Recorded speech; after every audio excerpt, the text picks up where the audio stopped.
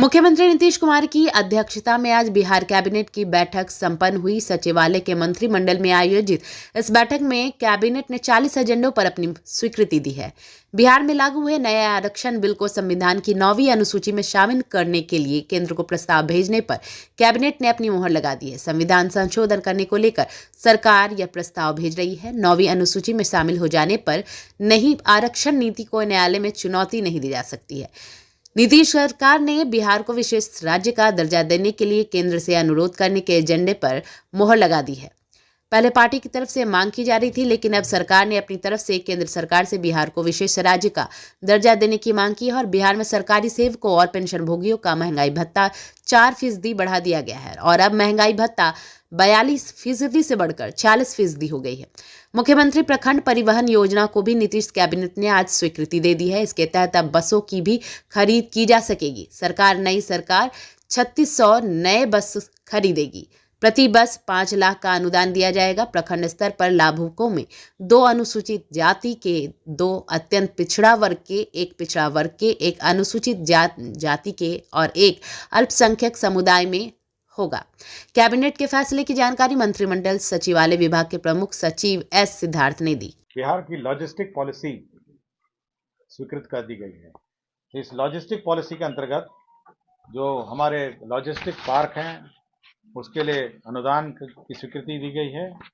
साथ ही साथ मैं सारे कंपोनेंट पढ़ देता हूं किस किस मामलों में दी गई है।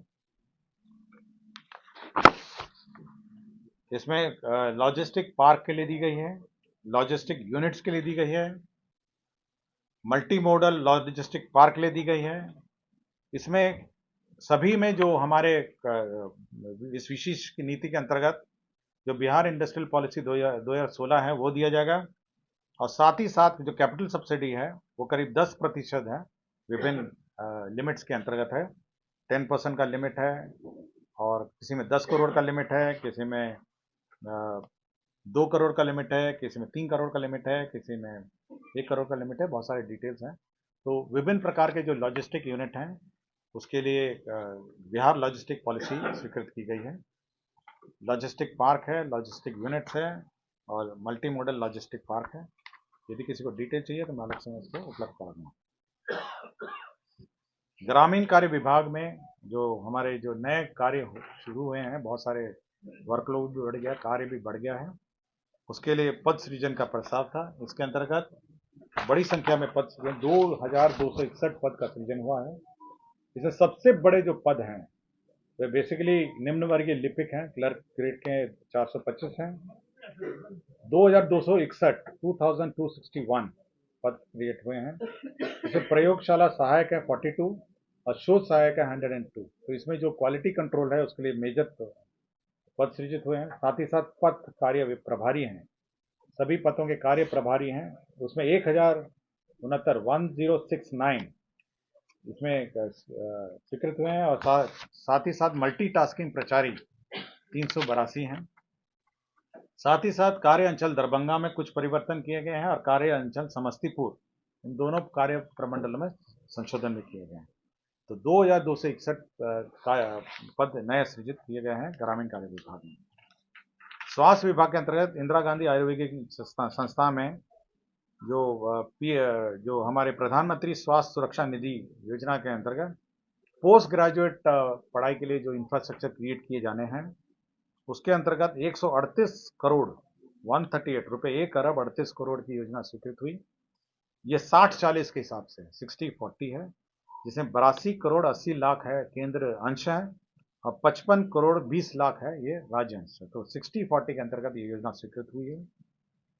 सूचना एवं प्रौद्योगिकी विभाग में जो राइट ऑफ वे का प्रावधान था, जो अग्रीमेंट हम लोगों ने 2013 में किया था, इसके अंतर्गत पंचायत स्तर तक जो right of way connectivity, broadband connectivity के लिए हमने राइट ऑफ वे का अग्रीमेंट किया गया था कि सरकार इसमें मदद करेगी और निःशुल्क रहेगा। इसको अब हम लोग पंचायत को हटा के अब गांव स्तर तक इसको राइट ऑफ वे ले जाने का निर्णय लिया है। उसी में राइट ऑफ वे का अग्रीमेंट में संशोधन है। परिषद में 38 एजेंडों पर निर्णय हुआ और साथ ही साथ 2 अन्य बिंदु पर भी विचार हुआ जो मंत्रिपरिषद के सदस्यों ने प्रस्तुत किया। सबसे महत्वपूर्ण जो बिंदु है 38 एजेंडा है और 2 मंत्रिपरिषद के सदस्य भी रख सकते हैं एक्स्ट्रा एजेंडा, तो कुल 40 मामले हैं। सबसे महत्वपूर्ण मामला जो आज मंत्रिपरिषद के समक्ष विचारार्थ आया वह है कि दो आरक्षण अधिनियम हैं। पहला वाला है बिहार पदों एवं सेवाओं की रिक्तियों एवं आरक्षण अनुसूचित जाति, अनुसूचित जनजाति एवं अन्य पिछड़ा वर्ग अधिनियम 1951 में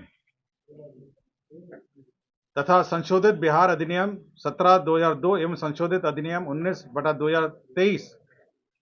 साथ ही साथ जो शैक्षणिक संस्थाओं का भी 2023 में जो आरक्षण अधिनियम है, इन दोनों को भारत के संविधान 9वीं सूची में शामिल करने हेतु राज्य सरकार की अनुशंसा भेजने का निर्णय हुआ। इसका मतलब यह हुआ कि दोनों जो बिल पास हुए, फिर एक्ट नोटिफाई हुआ, कल ही एक्ट नोटिफाई हुए हैं, इन दोनों एक्ट को भारतीय संविधान के 9वीं सूची 9th शेड्यूल में इसको शामिल करने के लिए राज्य सरकार ने यह निर्णय लिया कि भारत सरकार को इसको भेजा जाए। 9th शेड्यूल का मतलब यह है कि वह उस 9th शेड्यूल में वैसे अधिनियम हैं, एक्ट हैं, जिस पर न्यायालय का हस्तक्षेप नहीं होता है।